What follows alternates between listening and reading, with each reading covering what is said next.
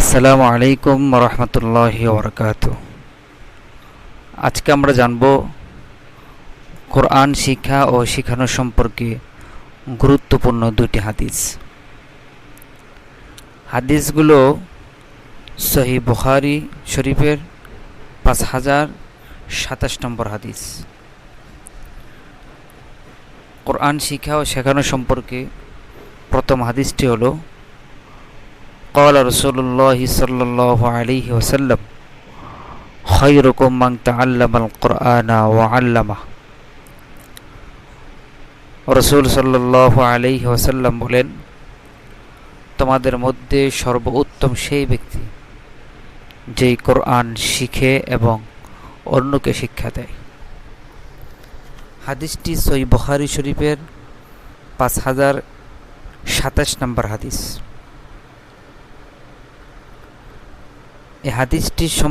এই হাদিসটি থেকে আমরা যা জানতে পারি আর তা হলো, কোরআন শিক্ষার মাধ্যমে মানুষ সর্বোত্তম হওয়ার মর্যাদা অর্জন করে। শুধু নিজে শেখা নয়, অন্যকে শেখানো সমান গুরুত্বপূর্ণ। দ্বিতীয় হাদিসটি হলো কোরআন তেলাওয়াত ও তার মর্যাদা সম্পর্কে। قال رسول الله صلى الله عليه وسلم يقال لصاحب القرآن اقرأ وارتقي ورتل كما كنت ترتل في الدنيا فإن منزلتك عندك آخر آية تقرأها।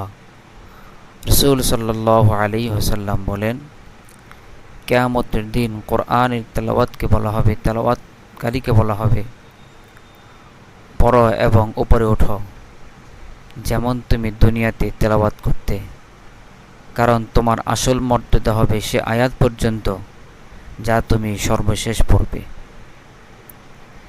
এই হাদিসটি জামিউ তিরমিজি 2914 নম্বর হাদিস।